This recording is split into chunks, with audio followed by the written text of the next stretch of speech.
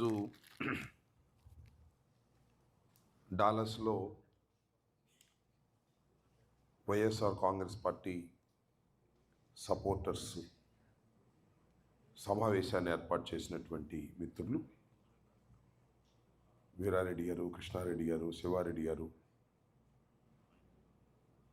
భీమిరెడ్డి, ప్రతాప్ రెడ్డి, ఇంకా అన్ని పేర్లు నేను చెప్పలేకపోవచ్చు. ఏర్పాటు చేసిన ఇంకా అందరికీ కూడా పేరు పేరున ముందుగా నా హృదయపూర్వకమైనటువంటి ధన్యవాదాలు తెలియజేసుకుంటున్నాను. మీ అందరికీ తెలుసు, నేను ప్రత్యేకంగా నా పర్సనల్ పని మీద నేను అమెరికా రావటం జరిగింది. సరే, ఇప్పుడు పర్సనల్ పని, పార్టీ పని అని సపరేట్గా విభజించేటటువంటి పరిస్థితులు లేవు నా అభిప్రాయంలో. ఎక్కడికి వెళ్ళినా అవకాశం ఉంటే పార్టీకి సంబంధించినటువంటి పని కూడా చేస్తే బాగుంటుంది, నాకు తృప్తిగా ఉంటుంది. మరి అమెరికా తరచూ వచ్చేటటువంటి అవకాశాలు ఉండవు కాబట్టి అమెరికాలో ఒక పెద్ద తెలుగు సమాజం ఉంది. ఆ పెద్ద తెలుగు సమాజంలో వైఎస్ఆర్ కాంగ్రెస్ పార్టీ ఫ్యామిలీ ఉంది. ఆ ఫ్యామిలీని కూడా సాధ్యమైనంత ఎక్కువ మందిని కలుసుకొని వారితో కొన్ని మాటలు షేర్ చేసుకుని వెళ్ళాలనేది నా అభిప్రాయం. దానిలో భాగంగానే సెయింట్ లూయిస్లో, అలాగే చార్లెట్లో, అలాగే డల్లాస్లో, రేపు చికాగోలో, ముఖ్యంగా అమెరికాలో ఉండేవారందరికీ కూడా తెలుగు సమాజానికి డల్లాస్తో ఎక్కువ సంబంధ బాంధవ్యాలు ఉంటాయనేది నేను విన్నాను. కారణం ఏంటంటే ఎక్కువ సంఖ్యలో తెలుగు వాళ్ళు, మన వాళ్ళు ఎక్కువ మంది ఉన్నటువంటి ప్రాంతం కాబట్టి డల్లాస్లో చాలా ముఖ్యమైనటువంటి సమావేశంగానే దీన్ని భావిస్తున్నాను. చాలా పెద్ద ఎత్తున కూడా మీరందరూ రావడం చాలా సంతోషం. ఇప్పుడు పార్టీ అధికారంలో లేదు. అధికారంలో లేకపోగా ఘోరమైనటువంటి పరాజయాన్ని చవిచూసి ఉన్నాం. ఇది ఒక టైప్ ఆఫ్ పీరియడ్.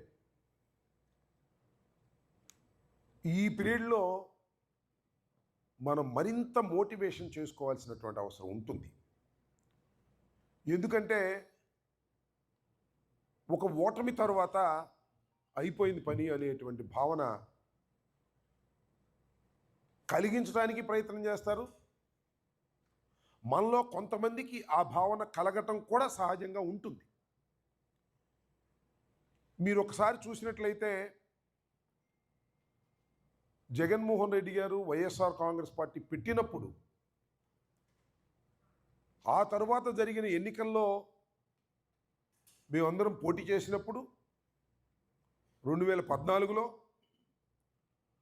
డెఫినెట్గా వైఎస్ఆర్ కాంగ్రెస్ పార్టీ అధికారంలోకి వస్తుందని, జగన్మోహన్ రెడ్డి గారు ముఖ్యమంత్రి అవుతారని 100కి 100 నమ్మాం.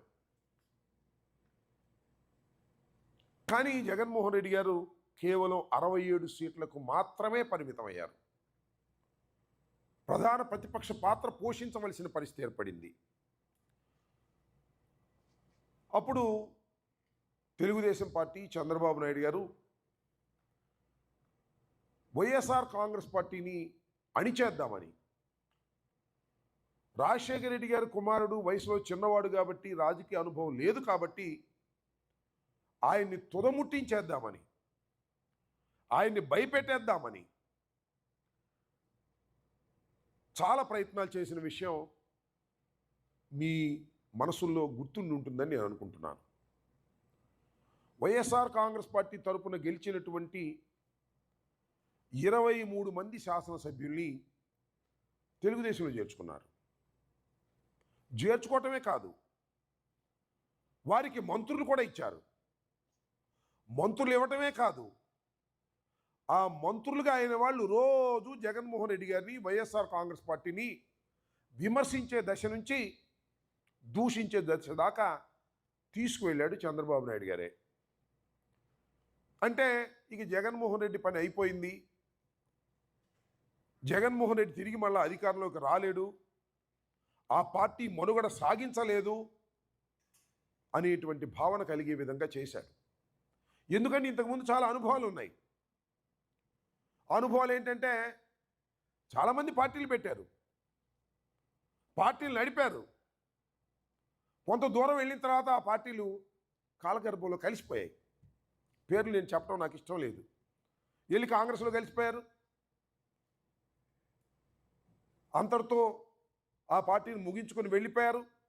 అధికారం రాకపోతే ఇక పార్టీ ఉండదు అనేటువంటి భావన కలిగినటువంటి ఉదాహరణలు చరిత్రలో చాలా ఉన్నాయి.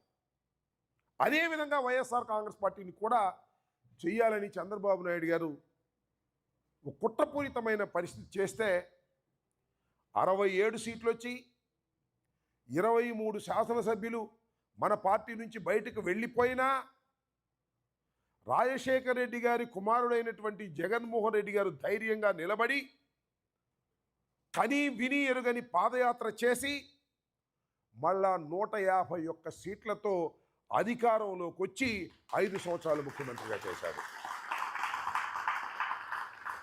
This the history. నేను మీ అందరికీ చెప్పాలనుకుంటున్న అంశం ఏమిటంటే,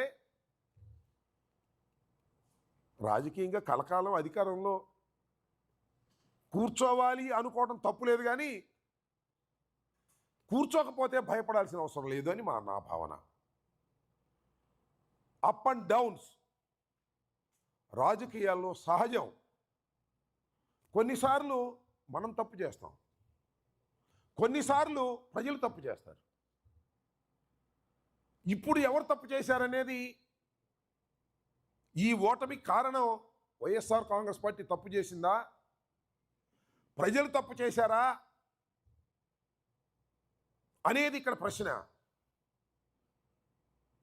ఇద్దరూ ఆత్మవిమర్శ చేసుకునే పరిస్థితి వచ్చింది. వైఎస్ఆర్ కాంగ్రెస్ పార్టీ ఆత్మవిమర్శ చేసుకోవాల్సిన పని ఉంది. నిర్మోహమాటంగా చెప్పాలంటే ప్రజలు కూడా ఆత్మవిమర్శ చేసుకోవడానికి సిద్ధపడుతున్నారు. ఎందుకు వైఎస్ఆర్ కాంగ్రెస్ పార్టీకి వ్యతిరేకంగా ఓటు వేశాం, ఎందుకు కూటమికి ఓటు వేశాం అని ఆత్మవిమర్శ చేసుకుంటున్నారనేది నా అభిప్రాయం. కేవలం సంవత్సరం 5 మాసాల్లోనే ఆత్మవిమర్శ చేసుకొని మేము తప్పు చేశాం, మేము జగన్మోహన్ రెడ్డి గారికి ఓటు వేయకోకుండా కూటమికి ఓటు వేయటం వల్ల రాష్ట్రం దెబ్బతినిపోయింది,